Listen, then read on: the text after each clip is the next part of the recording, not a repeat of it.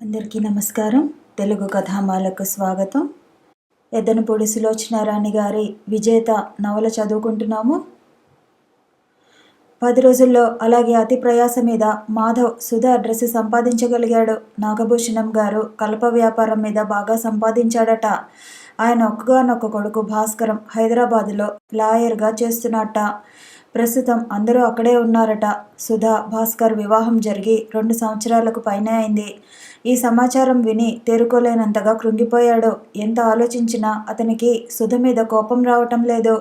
తను చచ్చిపోయాడని అనుకుని ఆ వివాహానికి ఒప్పుకొని ఉండి ఉంటుంది. ఇప్పుడు వెళ్ళి తను కళ్ళకి కనిపిస్తే సుఖంగా సాగుతున్న సుధ సంసార జీవితంలో అనుకోని కల్లోలం రేపినట్టు అవుతుందేమో. ఏం చేయాలి?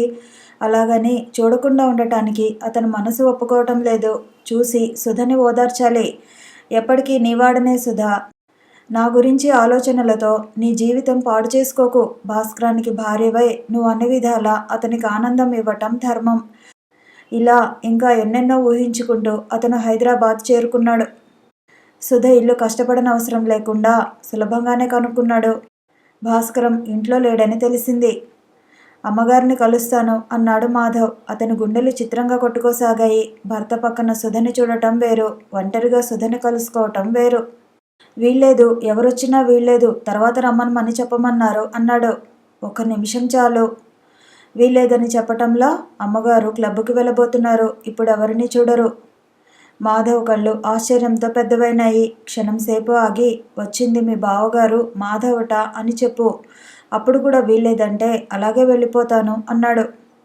నౌకర్ మాధవ్ని ఎగాదిగా చూసి లోపలికి వెళ్ళాడు. మాధవ్ డ్రాయింగ్ రూమ్లో నిలబడిపోయాడు. ఆ గది, అందులో సామాను, స్థితిగతులు ఎంత ఉన్నతంగా ఉన్నాయో వివరిస్తున్నాయి. ధనవంతులకుండే డాబు దర్పం చక్కగా తెలుస్తోంది.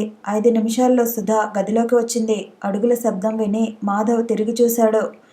ఎవరి అమ్మాయి? తెల్లగా, పొట్టిగా, లావుగా, ఖరీదు గల సిల్క్ చీరలో, ఒంటి నిండా దగదగలాడుతున్న రాళ్ళ నగలతో, నుదుటి మీద కాసంత కుంకుమ బొట్టుతో. ఎవరు? నిజంగా సుధేనా? మాధవ్ తడబడ్డాడు. సుధ చేతిలో సన్నజాజులు, గులాబీలు కలిపి కట్టిన పెద్ద మాల ఉంది. ఇద్దరు నిర్వీణ్యులైపోయినట్లు క్షణం సేపు ఒకళ్ళని ఒకళ్ళు ఆత్రంగా చూసుకుంటూ అలాగే నిలబడిపోయారు. సుధా ఆగర్భ శ్రీమంతురాలిలా ఉన్న ఈ వ్యక్తిని సుధగా గుర్తించడానికి అతని మనసు సంకోచిస్తోంది. బావా! సుధ చప్పున వచ్చి అతని చేతులు పట్టుకుంది. సుధా అతని గొంతు బొంగురుపోయింది. బావా, నువ్వేనా? నిజంగా నువ్వేనా? నేనే సుధా, నేనే. అంతకంటే మించి పలకటం అతనికి సాధ్యం కాలేదు. క్షణాలు దొర్లినాయి. జన్మలో మళ్ళీ ఇలా నిన్ను సజీవంగా కళ్ళారా చూస్తాననుకోలేదు. ఈరోజు లేచి ఎవరి మొహం చూశానో. అతని చేతులు విడిచిపెట్టి కన్నీళ్లు తుడుచుకుంటూ అంది. మాధవ్ అలాగే చూస్తున్నాడు. కూర్చో బావా, నాకింకా నమ్మకం కలగటం లేదు. నౌకరు చెబుతుంటే నిజంగా నాకు మతిపోయింది. ఆదుర్దాలో, ఆ సంభ్రమంలో సుధ చేతిలో పూలమాల క్రిందపడి సుధ కాళ్ళ క్రింద నలిగిపోయింది. అయ్యో అన్నాడు మాధవ్ దాన్ని వంగి చేతిలోకి తీసుకుంటూ. అదా, పోనీ ఇంకోటి కట్టుకుంటాను నిర్లక్ష్యంగా అనేసి మాధవ్ చేతిని పట్టుకుని సోఫాలో కూర్చోపెట్టి ఇప్పుడే వస్తా అంటూ లోపలికి పరిగెత్తింది. మాధవ్ వెరివాడిలా చేతిలో మాల వైపే చూస్తూ కూర్చుండిపోయాడు. కొద్ది క్షణాల క్రితం కలకలలాడుతూ సజీవంగా నవ్వుతున్న పువ్వులు వాడి నలిగి దీనంగా చూస్తున్నాయి. క్లబ్కి రానని ఫోన్ చేశాను, సుధ తిరిగి వస్తూ అంది. తిరిగి వచ్చిన సుధలో ఓ విధమైన హుందాతనం, గంభీరత్వం. మాధవ్ క్లుప్తంగా తన కథంతా చెప్పాడు. సుధ సానుభూతిగా, స్నేహితురాలిగా వింది. సంభాషణ సుధ విషయాల మీదికి మళ్ళింది. భర్తని గురించిన ప్రసంగం రాగానే సుధ ముఖం కోటి కాంతులతో వెలిగాయి. ఆయన చాలా మంచివారు బావా, నేనంటే ప్రాణం సగర్వంగా చెప్పింది. ఆ మాటలు మాధవ్ మనసులో శూలాల్లో గుచ్చుకున్నాయని సుధకి తెలియదు. సుధ స్థితిగతులు చాలా బాగున్నాయి. ఆనందంగా ఏ లోటు లేకుండా గడిచిపోతుంది. ఆ సమయంలో నాగభూషణం గారి అండ దొరకటం చాలా అదృష్టం. ఆపకుండా మాట్లాడుతున్న ఆ ధోరణి చూసిన తర్వాత మాధవ్కి సుధని చూస్తున్నాను అనే ఆనందం ఆవిరిలా మాయమవసాగింది. కానీ సుధ ఆఖరి సమాగమనం గురించి, ఆ వాగ్దానం గురించి గుర్తు చేయబోయాడు. అది అర్థం చేసుకున్నట్లు సుధ ముఖం కొద్దిసేపు ఎర్రబడింది. వెంటనే తేలిగ్గా తోసేస్తూ, పో బావా, రేపో మాపో తల్లిని కాబోతున్నాను కూడా. నువ్వు ఆ సంగతుల్ని గుర్తు చేశావంటే సిగ్గుతో నా ప్రాణం పోతుంది అంది. మాధవ్ నిరుతుడైనాడు. అతని మనసు మంచు ముద్ద తాకినట్టు చల్లబడి ముద్దుబారిపోసాగింది. మారిన పరిస్థితులతో పాటు మనిషి కూడా మారటం సహజం. ఆ మార్పును నువ్వు అర్థం చేసుకోవాలి కానీ వెక్కిరించకూడదు. సుధస్వరం గంభీరంగా పలికింది. అంతకంటే ఆడపిల్లని నాకంతకంటే గత్యంతరం లేకపోయింది అని కన్నీళ్ల మధ్య అంటే తనకెంత తృప్తిగా ఉండేది. కానీ సుధ ఇవేవీ ఆలోచించే స్థితిలో లేదు. ఇంతకీ ఎక్కడుంటున్నావు నువ్వు? ప్రసంగం మార్చడానికి కుశల ప్రశ్నలు ప్రారంభించింది. ఓ స్నేహితుడింట్లో పరధ్యానంగా జవాబు ఇచ్చాడు. కొద్దిసేపు ఆలోచించి మా ఇంటికి వచ్చేయి అంది. వద్దులే సుధా. ఎందుకని? నీకంత శ్రమ దేనికి? భలేవాడివే, రాకరాక నువ్వు వస్తే 4 రోజులు ఉంచుకోవటం నాకు శ్రమ? పోన్లే, ఆయన్ని రాని. ఆయన స్వయంగా అడిగిన తర్వాత వద్దుగాని. నే వెడతా సుధా. అదేమిటి, ఆయన రాకుండానే? మంచివాడివే, కూర్చో కూర్చో. ఉండు, కాఫీ టిఫిన్ పంపమని వంట మనిషితో చెప్పి వస్తాను. లేచి లోపలికి పరిగెత్తింది. ఎంతసేపు ఆయన ఆయన ఆయన గురించి తప్ప సుధకి మరో మాట రాదులా ఉంది. ఆయన చాలా మంచివారు. పరిచయం అయితే స్వయంగా నువ్వే ఆ మాట అంటావు. ఆయన త్వరలో అడ్వకేట్ జనరల్ కాబోతున్నారు. ఆయనకి నేనంటే ప్రాణం. ఈ మాటలు పదే పదే వచ్చి అతని హృదయాన్ని తూట్లు తూట్లుగా పడవటం ప్రారంభించాయి. సుధలేక అతనికి ఒక్క క్షణం గడవదట. ఇంటికి రాగానే కంటికి కనిపించకపోతే సుధా సుధా అని ఒకటే కలవరింతలు. సుధని పెళ్లి చేసుకున్న తర్వాత అతనికి పట్టిందంతా బంగారం అవుతోందిట. ఇదంతా నీ అదృష్టం, నాదేముంది అంటారు. స్త్రీకి జీవితంలో ఇంతకంటే ఇంకేం కావాలి? ఆడదాని అదృష్టానికి అంతకు మించిన నిర్వచనం ఇంకేముంది? ఇది సుధ మాటల ధోరణి. మాధవ్కి నిరాశతో పిచ్చెక్కుతుందేమో అనిపించింది. ఎన్ని ఊహించుకున్నాడు తను? 4 సంవత్సరాలంటే ఏమంత పెద్ద కాలమని. కానీ ఈ కొద్ది కాలంలోనే సుధ ఎంత మారిపోయింది. తనకు తెలిసిన మనిషికి ఈ మనిషికి అసలు పోలికే లేదు. రూపంలోనే కాదు, స్వభావంలో కూడా ఎంత వ్యత్యాసం వచ్చింది. తన చిన్నారి మరదలు ఆ అమాయకపు సుధకి బావ తప్ప ఈ ప్రపంచంలో ఇంకేమీ అవసరం లేదు. కన్నె వయసులో కమ్మని కలల్లో బ్రతికే ఆ సుధకి జీవితం అంటే భయం లేదు. ఇప్పటి ఈ సుధకి లాయర్ భాస్కరం గారి భార్యగా కొత్త వ్యక్తిత్వం వచ్చింది. కోరికలు పడగవిప్పాయి. ఆడది సంఘంలో ఆడంబరంగా గుర్తింపబడాలంటే పేరు ప్రతిష్టలు పుష్కలంగా ఉన్న భర్త కావాలి. అవన్నీ సమకూరుస్తున్నాడు కాబట్టి భర్త అంటే అంత ప్రాణమా? చదువురాని సుధకి మధ్యలో కలిగిన సిరి సంపదలతో అమాయకత్వం పోయి వివేకం నశించి ఆడంబరంగా బ్రతకాలనే ఆర్భాటం జాస్తి అయింది. మాధవ్కి ముళ్ళ మీద కూర్చున్నట్టు కంపరంగా అనిపించింది. ఎప్పుడెప్పుడు బయటపడతానా అని ఎదురు చూడసాగాడు. సుధ కాఫీ టిఫిన్ పట్టించుకు వచ్చింది. అవి తీసుకోవటం ఎలాగో పూర్తయ్యాయి అనిపించుకుని వెళ్ళడానికి లేవబోతుండగా ఇంతలో భాస్కరం రానే వచ్చాడు. సుధ పరిచయం చేసింది.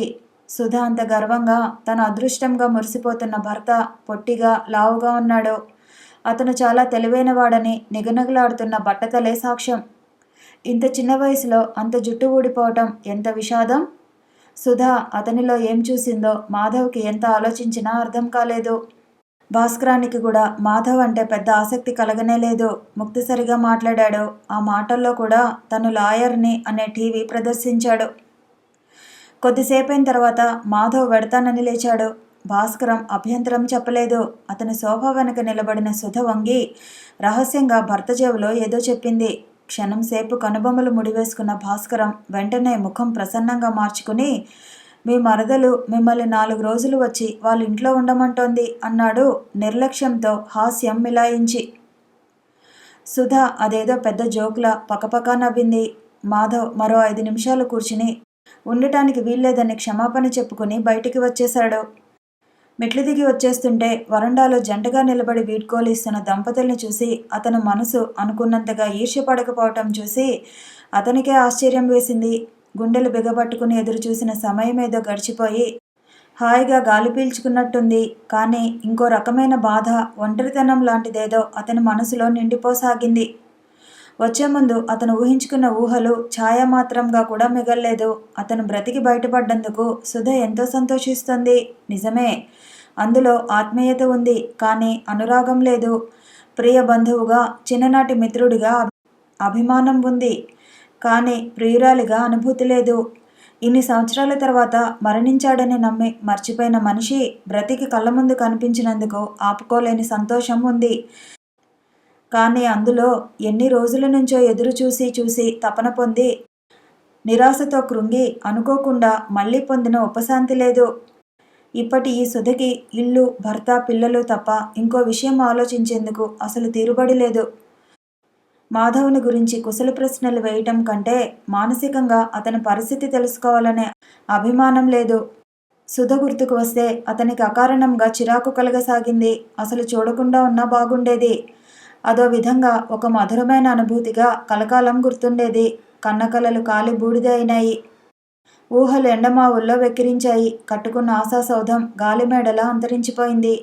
ఏం చేయాలి? తను ఎక్కడుండాలి? సుధ లేని ఈ జీవితాన్ని ఏం చేసుకోవాలి? నిర్దాక్షిణ్యంగా సుధ కల్పించిపోయిన ఈ ఒంటరితనాన్నించి ఏ విధంగా తప్పించుకోవాలి? అన్నీ ప్రశ్నలే, ఒక్కదానికి సమాధానం లేదు. తనెవరికీ అవసరం లేదు. ఈ ఆలోచనే అతన్ని అసక్తుణ్ణి చేస్తోంది. భయంకరమైన నిరాశ శరీరంలో ప్రతి అణువుని కాల్చేస్తోంది. అర్థం కాని ఈ వెలితిని చూసి అంతరాత్మ భయంగా ముడుచుకుపోతోంది. అనుకున్నది పొందలేక అపజయం పొందిన మనసు అవమానంతో కరకరమంటోంది. కోపంతో రక్తం ఉడికిపోసాగింది. కానీ ఏం చేస్తాడు? అకారణంగా కలిగిన ఈ ఆగ్రహాన్ని ఎవరి మీద వెడలగక్కుతాడు? ప్రతీకారం ఎవరి మీద తీర్చుకుంటాడు? అసలు ఈ ఊరే, ఈ గాలే అతనికి విషపూరితంగా అనిపించింది. మాధవ్ మరో గంటలో రైల్వే స్టేషన్లో ఉన్నాడు. అతను ప్లాట్ఫారం మీదకి వచ్చేసరికి సరిగ్గా ట్రైన్ కదలబోతోంది. టికెట్ కొనే వ్యవధి లేదు. కొనాలని కూడా అతనికి లేదు. ఎదురుకుండా అందిన పెట్టెలోకి ఎక్కేశాడు. ఫస్ట్ క్లాసు పెట్టె అది. పెట్టెలో ఎవరూ లేరు. అంతా ఖాళీగా ఉంది. కానీ ఇలాగే అవని టికెట్ లేకుండా ఫస్ట్ క్లాసులో ప్రయాణం చేస్తాడు. ఒకవేళ టికెట్ కలెక్టర్ టికెట్ ఏది అని అడిగితే లేదు అని దబాయిస్తాడు. అతను ఏదైనా మితిమీరి మాట్లాడితే పట్టుకు కొడతాడు. తద్వారా జైలు. అదే నయం. ఈ బయట ప్రపంచం కన్నా ఆ జైలే బాగుంటుంది. మాధవ్ దృఢ నిశ్చయంతో కూర్చున్నాడు. ఒక టికెట్ కలెక్టరే కాదు, అసలు ఆ పెట్టెలోకి రాబోయే ఎవరైనా సరే వాళ్ళని పిలిచి కయ్యం పెట్టుకోవాలనే స్థితిలో ఉన్నాడు. లేకపోతే అతనికి పిచ్చి పట్టేటట్టుంది. ట్రైన్ కొద్దిసేపటిలోనే వచ్చి సికింద్రాబాద్ స్టేషన్లో ఆగింది. మాధవ్ ఎంత ఆశగా చూసినా ఎవరూ వచ్చి పెట్టెలో ఎక్కలేదు. టైం అయిపోతోంది. ట్రైన్ మళ్ళీ కదలటానికి సిద్ధమవుతోంది. ఇక్కడ కూడా నిరాశే. అసలు ఈ స్థితిలో ఒంటరిగా ఉండాలంటేనే అతనికి ధైర్యం చాలటం లేదు. అనుకోకుండా చాలా సున్నితమైన చోట దెబ్బతిన్న మనసు వివేకం కోల్పోయింది. తనకేమైంది ఈరోజు? పిచ్చి పట్టిన గుర్రంలా మనసు ఈ వెర్రిగొంతులేమిటి? మాధవ్కి తనంటే తనకే విసిగేసింది. ఇన్ని రోజుల నుంచి రామ్ గోపాలరావు గారి సాంగత్యంలో తీర్చిదిద్దుకున్న వ్యక్తిత్వం ఏమైపోయింది? ఆయన దగ్గర జీవితాన్ని గురించి నేర్చుకున్న పాఠాలు ఏ గంగలో కలిశాయి? ఆయన్ని గురించిన ఆలోచనలు రాగానే అతను కొద్దిగా శాంతపడ్డాడు. వృద్ధుడు, సజ్జనుడు, పితృసమానుడు అయిన ఆయన జ్ఞాపకం రాగానే వివేకం కొద్దిగా కోలుకోసాగింది. మాధవ్ దిగి వెళ్ళి టికెట్ కొందామనుకున్నాడు. అప్పటికే రైలు కదలటానికి సిద్ధమవుతున్నట్లు కూతవేసింది. మాధవ్ లేచి బాత్రూం వైపు వెళ్ళాడు. అతను తిరిగి తలుపులు తెరిచేసరికి కంపార్ట్మెంటులో ఎవరో ఎక్కారు. ఎదురుకుండా బెర్త్ మీద సామాను కనిపించింది. అమ్మయ్యా అని ఊపిరి పీల్చుకొని తోటి ప్రయాణికుని కోసం కంపార్ట్మెంటు అంతా కళ్ళతో వెతికేసరికి గుమ్మం దగ్గర తలుపు లోపల గడియ వేస్తూ ఒక అమ్మాయి కనిపించింది. ఒంటరిగా ప్రయాణం చేయడానికి ఇంకెవరూ బయట నుంచి లోపలికి రాకుండా తలుపు, కిటికీ మూసి బందోబస్తు చేసుకుంటోంది. మాధవ్ బాత్రూం గుమ్మం దగ్గర నిలబడిపోయి అలాగే చూడసాగాడు. తలుపు సరిగా పడిందో లేదోనని మరోసారి గట్టిగా పరీక్ష చేసి తృప్తి పొందిన ఆ అమ్మాయి వెనక్కు తిరిగింది. మాధవ్ కదిలి ముందుకు వచ్చి బెర్త్ మీద కూర్చున్నాడు. ఒంటరిగా ఉన్న కంపార్ట్మెంట్లో మొట్టమొదటిసారిగా అప్పుడే అతన్ని చూస్తున్న ఆ అమ్మాయి కళ్ళు ఆశ్చర్యంతో పెద్దవైనాయి. వాటిల్లో లీలగా భయం కూడా తొంగి చూసింది. నిజంగా ఏం ఆడవాళ్ళు లేని ఉద్దేశాలు కలిగించి రెచ్చగొట్టడంలో సిద్ధహస్తులు. అతని వైపు చూస్తుండగానే ఆ అమ్మాయి ముఖంలోకి విపరీతమైన భయం వచ్చి నిండింది. చెయ్యి అప్రయత్నంగా గుండెల మీదికి వెళ్ళింది. నిర్లక్ష్యంగా ఇదేం పట్టనట్టు జేబులోంచి సిగరెట్ తీసి వెలిగించుకోబోతున్న మాధవ్ హఠాత్తుగా ఆగిపోయాడు. అతని చూపులు ఆ అమ్మాయి గుండెల మీద నిలిచి అక్కడ వేళ్లాడుతున్న పులిగోళ్ళని పరీక్షగా చూశాయి. ఈ అమ్మాయి చేతిలో వెలిగించి పట్టుకున్న అగ్గిపుల్ల పూర్తిగా కాలి వేలికంటి చురుక్కుమంది. రైలు అప్పటికి ప్లాట్ఫారం వదిలి పూర్తి వేగాన్ని అందుకుంది. అతను సంభ్రమాశ్చర్యాలతో చూస్తుండగానే ఆ అమ్మాయి కళ్ళు ఆత్రంగా కంపార్ట్మెంట్ అంతా వెతికి అల్లారం బెల్లు ఉన్న చోట నిలిచాయి. ఆ అమ్మాయి చూపులను వెంటాడుతున్న మాధవ్ కళ్ళు అల్లారం బెల్ తను కూర్చున్న చోటికి దగ్గరగా ఉండటం గ్రహించి కొంటెగా నవ్వాయి. క్షణంసేపు బేలగా చూసిన అమ్మాయి మరుక్షణంలో ధైర్యం తెచ్చుకుని తల ఎగిరేసి బెర్త్ మీద కూర్చుంది. మాధవ్ చేయి అప్రయత్నంగా చెంప మీద తడుముకుంది. అక్కడ అదివరకు ఆ అమ్మాయి ఏర్పరిచిన గాయం శాశ్వతమైన ముద్రగా బలంగా చీరుకుపోయినట్టు లోతుగా గంటు ఏర్పరిచింది. మాధవ్కి క్షణంసేపు ఆ అమ్మాయిని ఏం భయపడవద్దని, ఆ రోజు కూడా అనవసరంగా అపోహపడ్డావు. ఆ రోజు నీ చేయి పట్టుకోవటం నాది తప్పే, కానీ నా మనసులో అసలు ఉద్దేశం ఇది అని అంతా వివరంగా చెప్పాలనిపించింది. నేను నిన్నేం చేయను, నా నుంచి నీకేం ప్రమాదం జరగదు అని నాలుక చివరిదాకా వచ్చిన మాటలని ఆ అమ్మాయి కళ్ళల్లో కనిపించిన ఆ బెదురు, వెంటే ఆ తల తిప్పేసుకోవటంలో ఆ పొగరు చూసిన తర్వాత కాసేపు ఏడిపించి తర్వాత చెప్పవచ్చనే చిలిపి కోరిక ఆపేసింది. ఆ అమ్మాయి ప్రక్కగా కొద్ది దూరంలో వచ్చి అదే బెర్త్ మీద కూర్చున్నాడు. అప్పటికి కూడా అల్లారం బెల్ అందుకోవాలంటే అతన్ని దాటి వెళ్లాల్సిందే. అతను ఓ కాలు జాపి ఆ వీలు చూసుకుని మరీ కూర్చున్నాడు. తను కూర్చున్న బెర్త్ మీద వచ్చి కూర్చున్న అతన్ని చూసి భయపడలేదు, అసహించుకున్నట్టు ముఖం పెట్టింది. నువ్వు నన్నేం చేయలేవు అన్నట్టు ధీమాగా చూసి ప్రక్కకు తిరిగి కిటికీ తలుపు ఒకటి పైకి ఎత్తబోయింది. దానికంటే అమ్మాయి బెదిరిపోయినట్టు, భయపడ్డట్టు జాలిగా చూస్తే అతను కరిగిపోయేవాడు. తక్షణం తన ప్రవర్తనకి సిగ్గుపడి క్షమాపణ చెప్పుకుని వెళ్ళి తన సీటులో కూర్చునేవాడు. కానీ నువ్వు నన్నేం చేయలేవు అనే ఆ నిర్లక్ష్యపు ప్రవర్తన అతన్ని రెచ్చగొట్టింది. అందుకే వెంటనే వచ్చి తెరవబోతున్న కిటికీని ఆపుచేశాడు. ఈ అదను కోసమే చూస్తున్నట్టు ఆ అమ్మాయి ఒకసారి లేచి మెరుపులా అల్లారం బెల్ వైపు పరిగెట్టబోయింది. మాధవ్ చురుగ్గా కాలు అడ్డు పెట్టేశాడు. చటుక్కున అతని కాలు అడ్డు రావటంతో తూలి పడబోయింది. క్షణంలో అతని బలిష్టమైన చేయి వచ్చి ఆ అమ్మాయి బోర్లా పడకుండా ఆపేసింది. కోపంతో ఎరుపెక్కిన కళ్ళతో తీక్షణంగా అతని వైపు చూసింది. అతను నవ్వాడు. ఆ అమ్మాయి చేయి బలంగా విడిపించుకోపోయింది, కానీ సాధ్యం కాలేదు. కొద్దిసేపు చూసి మాధవ్ చేయి వదిలేశాడు. మరుక్షణం రెండు చేతులతో అతన్ని బలంగా తోసేసింది. ఇంకొక సెకండ్లో అల్లారం బెల్ చేతికందేదే. కానీ ఈ లోపలే లేచిన మాధవ్ రెండు చేతులు చాచి ఆ అమ్మాయి శరీరం మొత్తాన్ని అందుకొని యువతలికి లాగేశాడు. ఆ లాగే ప్రయత్నంలో అటు ఇటు కదులుతూ పోతున్న రైలు వేగానికి నిలబడలేక బెర్త్ మీదికి వచ్చి పడ్డారు. ఇప్పుడు కసిగా అన్నాడతను. సమాధానంగా ఆ అమ్మాయి చేతులు వచ్చి మాధవ్ ముఖాన్ని బలంగా టపటపమనిపించాయి. మొదట్లో క్షణంలో సగంసేపు నిరుతుడైనా అతను వెంటనే ఒక చేతితో ఆ రెండు చేతుల్ని గట్టిగా పట్టుకుని కదలకుండా బంధించాడు. మరో చేతితో ఆ అమ్మాయి శరీరాన్ని లేవకుండా నొక్కి పెట్టేశాడు. క్షణంసేపు కాలం నిలిచిపోయింది. మాధవ్ అందంగా సొగసుగా ఉన్న ఆ కాటుక కళ్ళలోకి చూస్తుండిపోయాడు. ఆ అమ్మాయి కళ్ళు రెపరెపలాడిస్తూ భయంగా చూసింది. ఆ చూపు అతని యవ్వనాన్ని రెచ్చగొట్టింది. దగ్గరగా హత్తుకొని ఉన్న కోమలమైన శరీరం కోర్కెని నిద్రలేపింది. వివేకాన్ని ఉద్రేకం నోరు మూసుకోమని ఆజ్ఞాపించింది. అప్పుడెప్పుడో అవమానం పొందిన అంతరాత్మ ప్రతీకారం తీర్చుకోమని తొందరపెట్టింది. అతనిలో మంచితనాన్ని కోర్కెతో మత్తెక్కి తూలుతున్న పశుత్వం జయించింది. క్షణంసేపు కంగారు పడ్డాడు, భయపడ్డాడు కూడా. కానీ మరుక్షణంలో నిజంగానే అతనికి మతిపోయింది. మొదట్లో తీవ్రంగా పెనుగులాడి ఎదురు తిరిగిన ఆ అమ్మాయి శరీరం చివరి క్షణంలో అలిసిపోయి అది మానేసి అతనికి లొంగిపోయింది. సమయం గడిచింది. అనుకోని సంఘటనకి తను కూడా బెదిరిపోయినట్లు రైలు మరింత వేగంగా ఆగకుండా పరిగెడుతోంది. మాధవ్ లేచి సరిగ్గా కూర్చుని ఆ అమ్మాయిని ఒళ్ళోకి లాక్కున్నాడు. అప్పటికే అచేతన అయిన శరీరం వడిలిన తామర తూడులా అతని చేతుల మధ్య వేళ్లాడిపోయింది. మాధవ్ పరిశీలనగా ఆ ముఖంలోకి చూశాడు. రెప్పలు మూతపడిపోయి కొద్దిగా నలిగిపోయినట్టున్న ఆ ముఖం క్షణంలో అలిసి మత్తుగా ఉన్న అతని కళ్ళకి అపురూపంగా, అద్భుతంగా కనిపించింది. చాలాసేపు అలానే చూస్తూ కూర్చుండిపోయాడు. స్పృహలేని స్థితిలో కూడా ఆ అమ్మాయి ఏడుస్తున్నట్లు కంఠం దగ్గర నరాలు అదరసాగాయి. అతను ప్రేమగా ఆమె నుదుటి మీద పడిన జుట్టును తొలగించాడు. హఠాత్తుగా అతనికి జాలేసింది. ఇదేమిటి ఇలా అయిందే? పశుత్వం అనుకోకుండా తనని ఎందుకిలా లొంగిదీసుకుంది? పసితనం పూర్తిగా పోని ఆ ముఖం చూస్తున్న కొద్దీ అతనికి మతి పోతున్నట్లు అనిపించింది. ఏం చేయాలి తను? ఇప్పుడు తన కర్తవ్యం ఏమిటి? ముక్కు మొహం తెలియని ఈ అమ్మాయిని ఇలా వదిలేయటమా? లేక లేక ఆ అమ్మాయి కళ్ళు విడిపడ్డాయి. అతను స్నేహపూరితమైన చల్లటి చిరునవ్వు నవ్వాడు. భయంగా వెర్రిగా చూసిన ఆ అమ్మాయి ముడుచుకుపోతున్నట్టు వెనక్కు జరిగింది. భయపడకు, మీదకు వంగి మృదువుగా చెప్పాడు. కానీ ఆ మాట వినిపించినట్టే లేదు. ఇంకోసారి ఆ అమ్మాయి ముఖం కాంతి విహీనం అయిపోయింది. హఠాత్తుగా రైలు ఆగటంతో అతను అదిరిపడ్డాడు. ఊపిరి బిగబట్టి కాబోయే శబ్దాల కోసం శ్రద్ధగా ఆలకించాడు.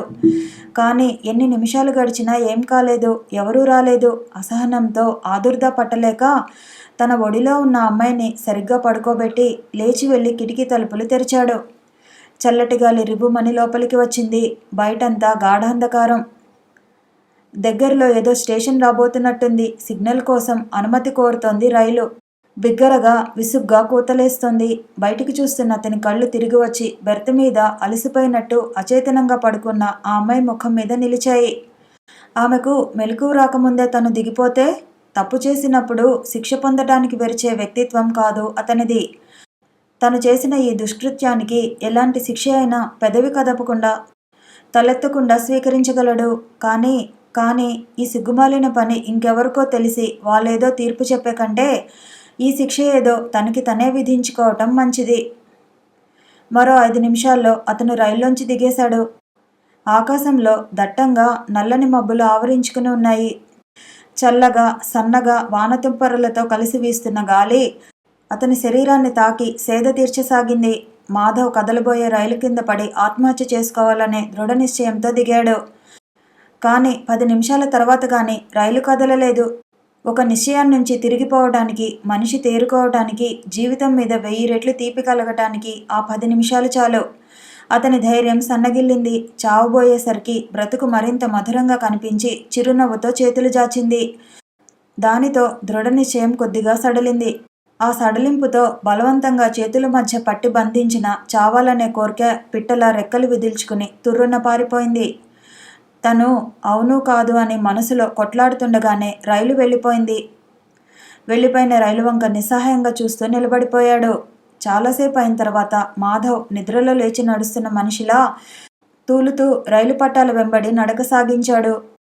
దూరంగా మినుకుమంటున్న లైట్లను బట్టి అక్కడ స్టేషన్ ఏదో ఉన్నట్లు అనిపిస్తోంది. ఆ లైట్లను చేరుకోవడానికి అతనికి చాలాసేపు పట్టింది. కథ కొనసాగుతుంది. మళ్ళీ కలుసుకుందాము.